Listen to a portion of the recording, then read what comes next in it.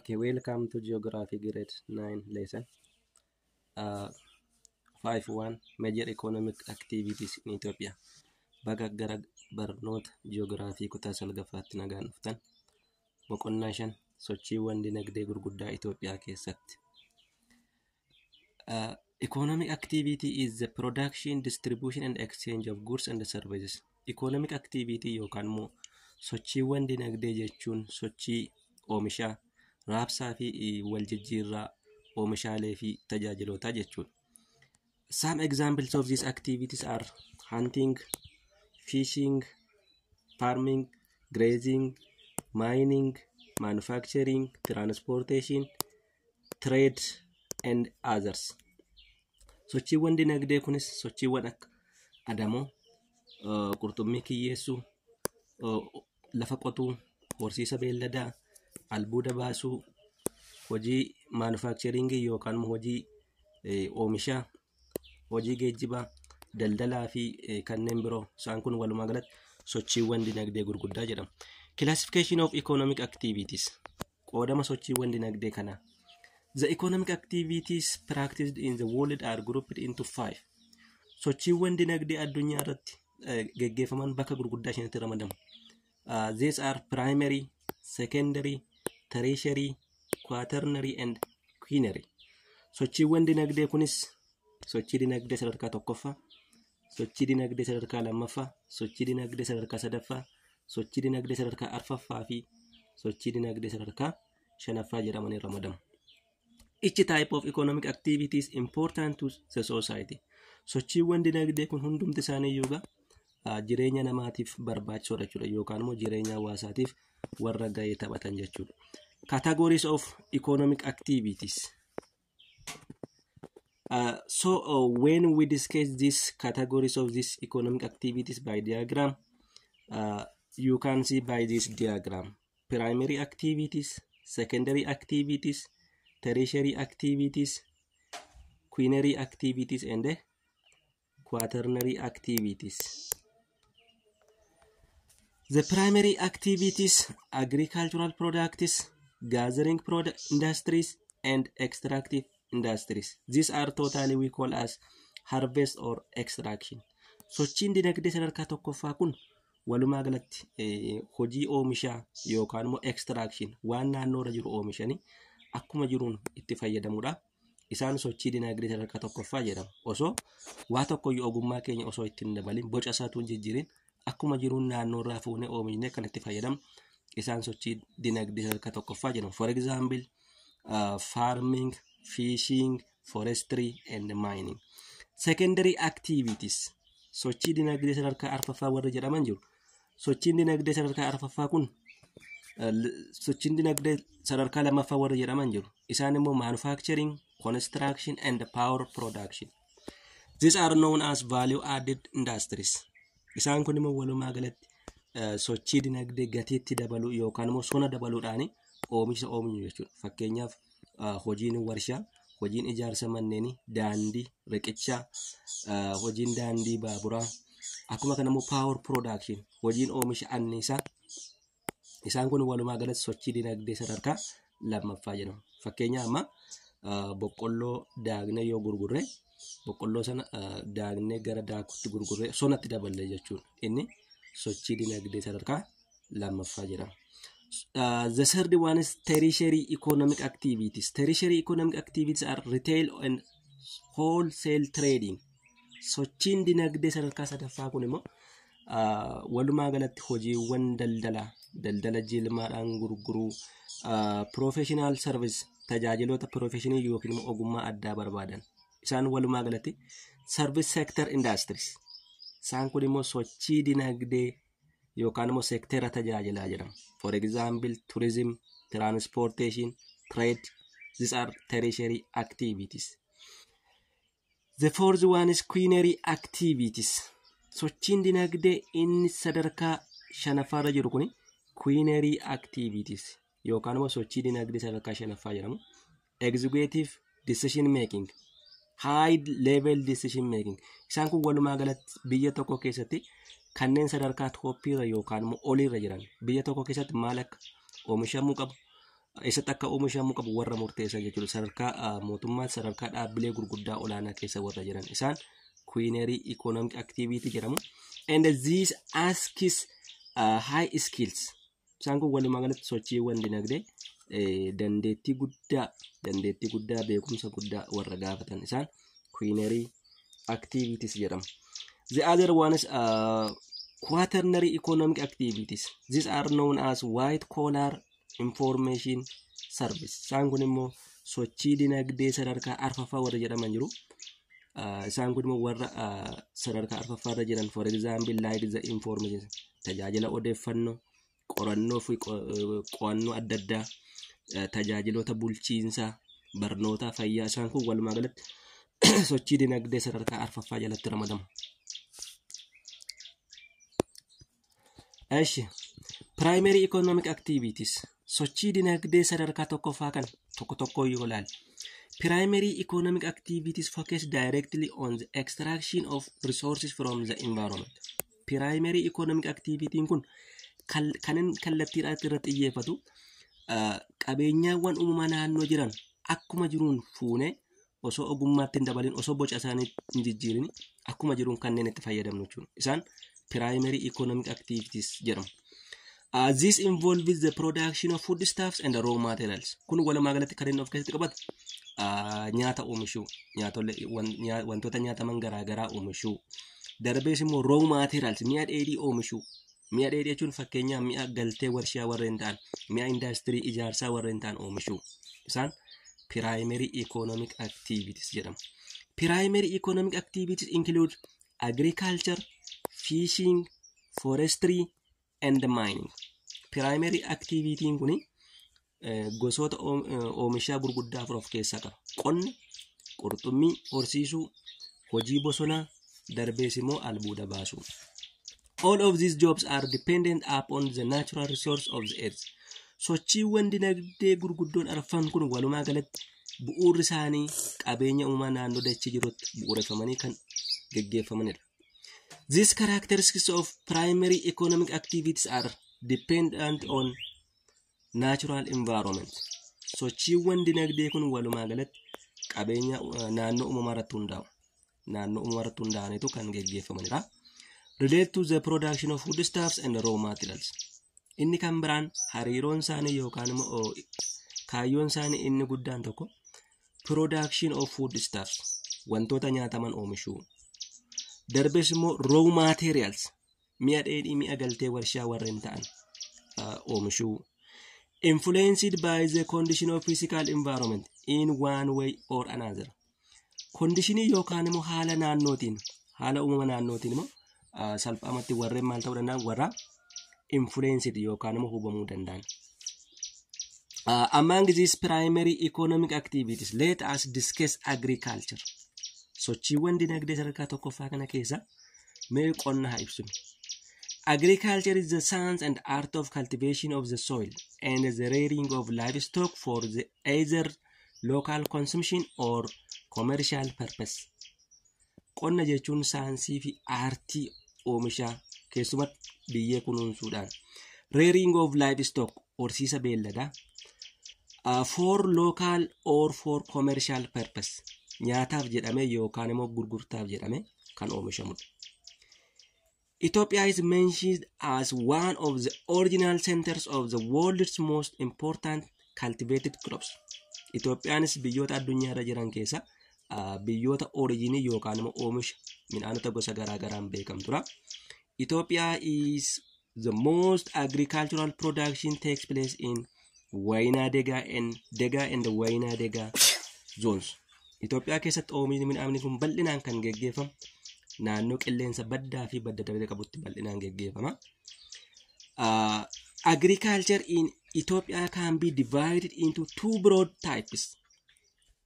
Qonni Itoophiyaa keessatti bakka gurguddaa lamatti ramadama. Crop production and livestock raising. Tokkoffaan oomisha callaa yookaan immoo oomisha midhaanii, inni lammaffaan immoo horsiisa beelladaa jedhame ramadama. Crop production or arable farming. The first one is crop production or arable farming.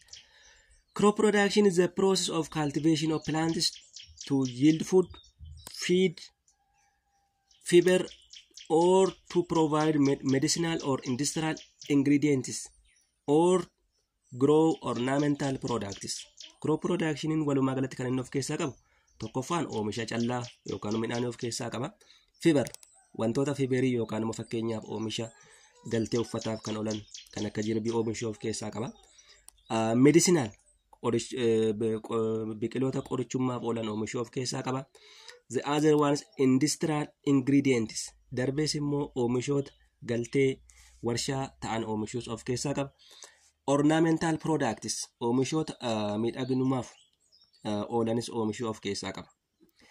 Herbal farming practice in Ethiopia can be classified into the following types. Herbal farming kun yookaan immoo oomishni midhaanii kun Itoophiyaa keessatti bakka garaa garaatti ramannee ilaaluu ni dandeenya. The first one is seed or grain production. Inni tokkoffaan seed yookaan immoo grain production jedhama. Oomisha callaati. In Ethiopia, in areas of Wayna Dega and the Dega zones of Ethiopia practiced. Itoophiyaa keessatti bal'inaan kan gaggeeffamu naannoo qilleensa amala badda daree fi baddaa qabutti bal'inaan gaggeeffama. North Western and the parts of South Eastern Highlands. Itoophiyaa keessaa keessumatti bal'inaan kan inni oomishamu naannoo kaaba lixa Itoophiyaa. South Western Highlands naannoo lafa ol ka'oo kibba bahaa. Lafa ol ka'oo kibba bahaa Itoophiyaa kanneen jennu fakkeenyaaf kan akka Arsii, kan akka Baalee, kan akka Sidaamaa, kan akka Harargee isaan kun lafa ol ka'oo kibba bahaa Itoophiyaa jedhamu. Seed farming is common activities. Seed farming kun Itoophiyaa keessatti hojii beekamaa yookaan immoo naannoo Itoophiyaa kamittiyyuu bal'inaan kan gaggeeffamudha. Seed or grain production mainly includes cereals, pulses and oilseeds. Seed production kun bal'inaan kan inni of keessaa qabu cereals. Cereals means midhaan biilaa jechuudha. Pulses midhaan waxii yookaan immoo ittoof warra oolan. The third one is oilseeds.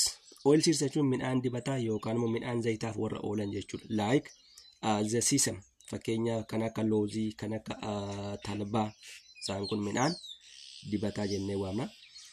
The principal cereal crops are teff, barley, wheat, maize, sorghum, millet and oats.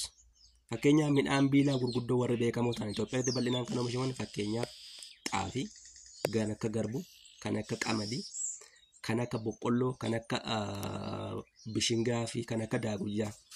Isaan kun warra midhaan biilaa jalatti ramadamu. Pulses includes horse beans, chickpeas, haricot beans, field peas, lentils. Fakkeenyaaf immoo midhaan pulse warreen jedhaman fakkeenyaaf kan akka shumburaa, kan akka peas, kan akka ataraa, kan akka misiraa. These are the pulses. Oilseeds, oil ninja, linseed, finer rapeseed, sunflower, groundnuts, sesame. Fakkeenyaaf jarreewwan kun immoo walumaa galatti midhaan dibataa jedhama. Fakkeenyaaf kan akka suufii, kan akka loozii, kan akka boloqqee, kan akka sesame, kan akka talbaa.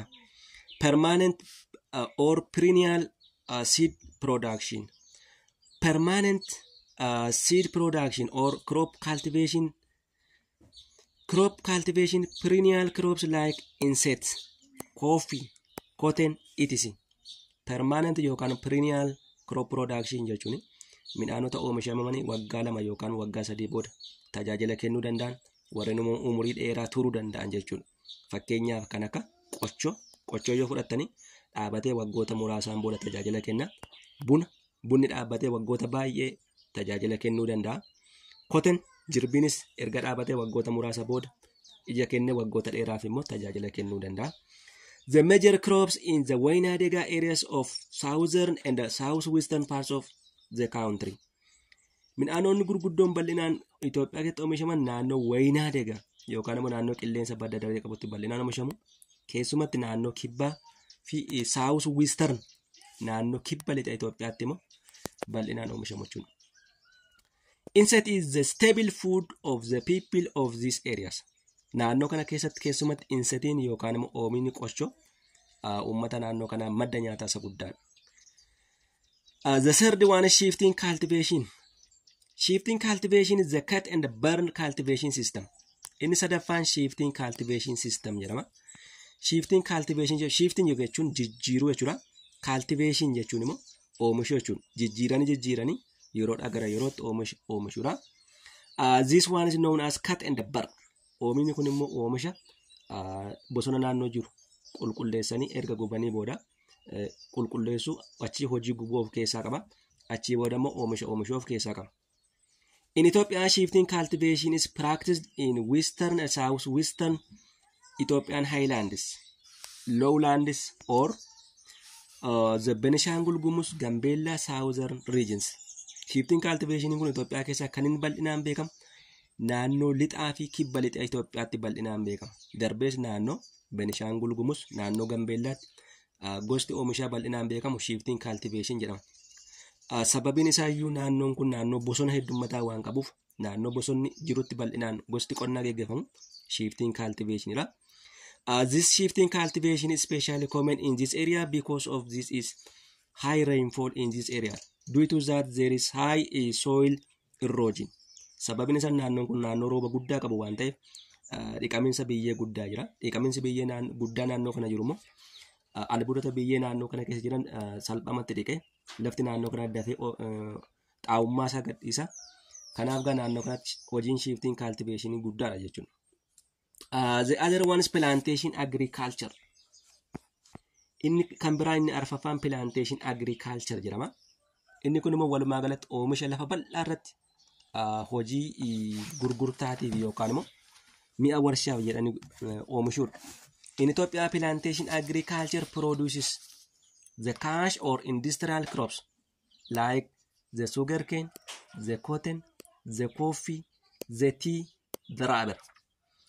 Fakkeenya plantation agriculture oomishoonni jedhaman Itoophiyaatti oomishamanii kan akka shonkora agadaa, jirbii, buna, baala shaayii, rubber. Isaan kun walumaa galatti plantation agriculture jedhamu. Such agricultural systems are found in areas either where there is abundant rainfall or irrigation is possible. Oomishoonni kun bal'inaan Itoophiyaatti kan oomishaman tokkoffaan naannoo rooba ga'aa qabutti oomishamu. The other one is in irrigation areas. Darbees immoo naannoo irrigation yookaan immoo lafa bal'aa naannoo jallisiidhaan mijatutti bakka jirutti oomishamu. Fakkeenyaaf cotton is mainly produced in Awash Valley. Fakkeenyaaf jirbiin bal'inaan kan inni oomishamu Itoophiyaa keessa naannoo Awash Valleytti bal'inaan oomishama. Bunni immoo Itoophiyaa keessa naannoo lixaaf kibba lixa Itoophiyaatti bal'inaan oomishama. Naannoon kun naannoo rooba guddaa qabudha. Tii akkuma kanas baalli shaayii kunis naannoo kibba lixa Itoophiyaa kanatti naannoo rooba guddaa qabutti oomishama. The other group of agriculture is livestock raising. Gosti qonnaa inni lammaffaan horsiisa beelladaati. The term livestock includes all animals that are kept on the farm to provide food, power, raw materials, or the use of markets. Horsiisni beelladaa kun walumaa galatti tokkoffaa tajaajila nyaataa kennu, lammaffaan anniisaaf yookaan immoo hojiilee garaa garaa ittiin hojjechiifanna. The other ones raw materials. Mi'a dheedhii isaanis hin fayyadamna. For example, gaanfa isaanii hin fayyadamna, gogaa isaanii hin fayyadamna, kottee isaanii hin fayyadamna. Ethiopia has large livestock population that includes the cattle, goats, sheep, camels, poultry, packed animals. Ethiopiyaan horsiisota beelladaa kana gosa garaa garaa qabdi. Fakkeenyaaf horiin gaanfaa jiru, ro'oonni jiru, hoolonni jiru. Poultry means horsiisa lukkuu jechuudha.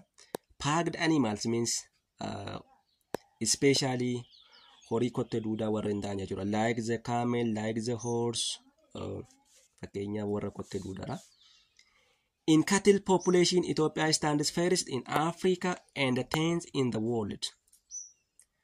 Horsiisa beelladaa kanaan gaa Itoophiyaan Afrikaa irratti sadarkaa tokkoffaa irratti argamti. Addunyaa irratti immoo sadarkaa kurnaffaa irra jirti. This one is by what? By quantity, but in case of quality, she stands back. Kun baay'inaan garuu gaafa qulqullinaan laallu yookaan immoo gaafa tajaajila horsiisa beelladaa irraa argamuun laallu immoo Itoophiyaan Afrikaa irraa sadarkaa jalqabaa irra jirtu jechuudha. Darbees immoo addunyaa irraa sadarkaa gaarii irra jirtu. Why? Because horsiisa beelladaa bifa aadaan irra caalaa waan gaggeeffamaniif jechuudha. The livestock sector is an important subsector of the nation's economy and supports both the agricultural income and the growth of domestic production. Livestocking kun walumaa galatti important sector yookaan immoo sektera bu'aa guddaa qabu, especially in the nation's economy. Keessumatti galii yookaan immoo dinagdee biyyaa keessatti gama qonnaatiinis darbees immoo gama gross domestic production, gama galii biyya keessaa yookaan immoo gross domestic production. The other category of primary economic activity is forestry. Gosti hiramni sochii dinagdee sadarkaa tokkoffaa inni kan biraan hojii forestry yookaan hojii bosonaati. A forest is a mass of plants or a wooded area in which trees are the most common features. The extraction of forest products for different purpose by people is called forestry. Hojii bosonaa jechuun yookaan bosona jechuun hojiiwwan garaagaraa dhala namaatiin hojii bosonaa irratti gaggeeffamudha.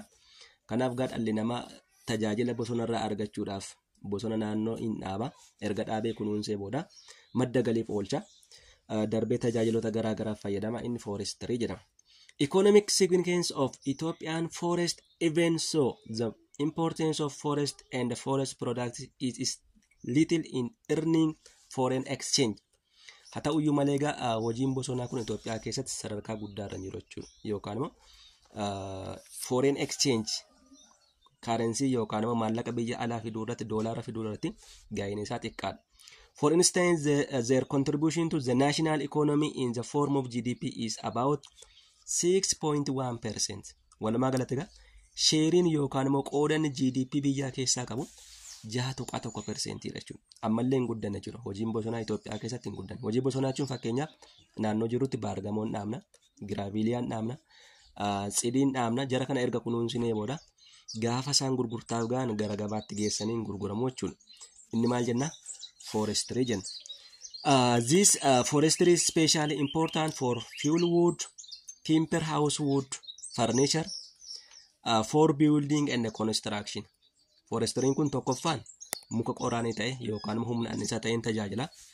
The other one is timber household furniture. Darbees wantoota meeshaaleewwan mana keessaa waajjiroolee garaagaraa ittiin hojjechuuf hin fayyadamna. For building and construction. Inni lammaffaan ijaarsaaf hin fayyadamna jechuudha. These are what? The main importance of forestry. The four categories of primary economic activities fishery.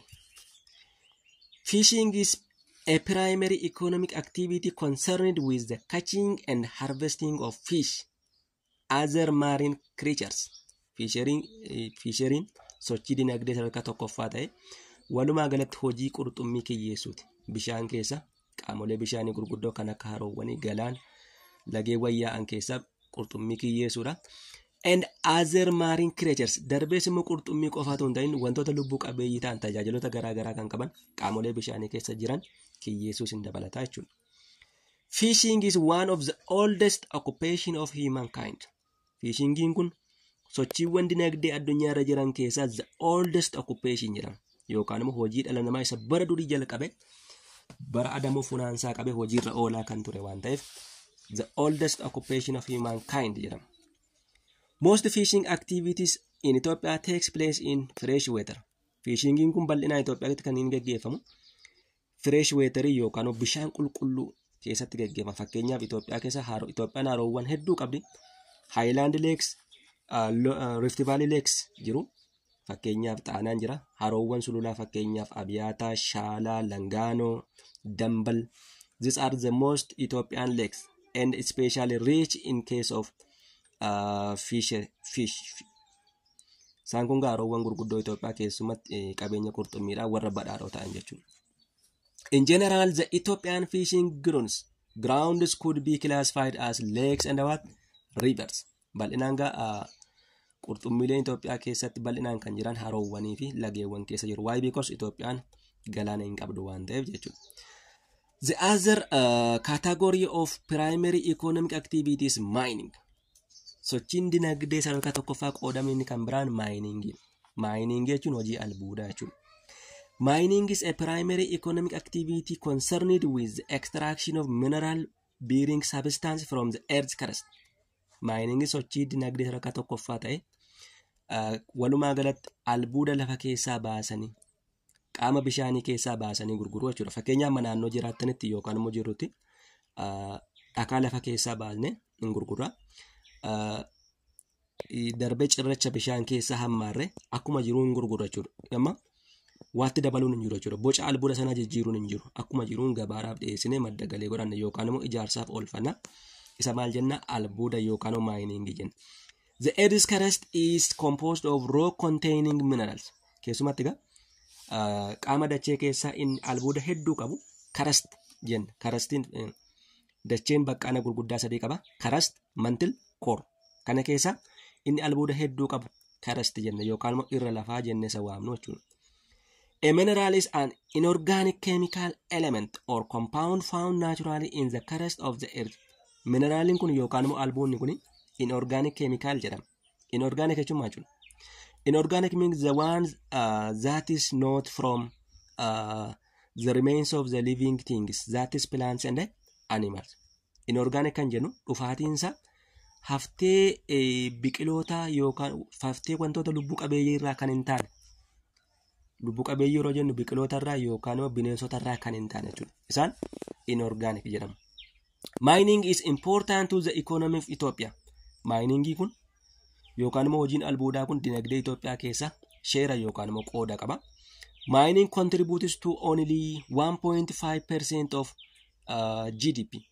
Mining Itoophiyaan albuudaan badhaatu iyyuu haa taatu malee qoodan dinagdee biyyaa yookaan immoo GDP biyyaa keessatti qabu 1.5 duwwaadha jechuudha. Ammallee hin tuqamne jechuudha. It is what? It is untouched. Ammatti hin tuqamne jechuudha. Sadarkaa gadiirra jira. The other division of economic activity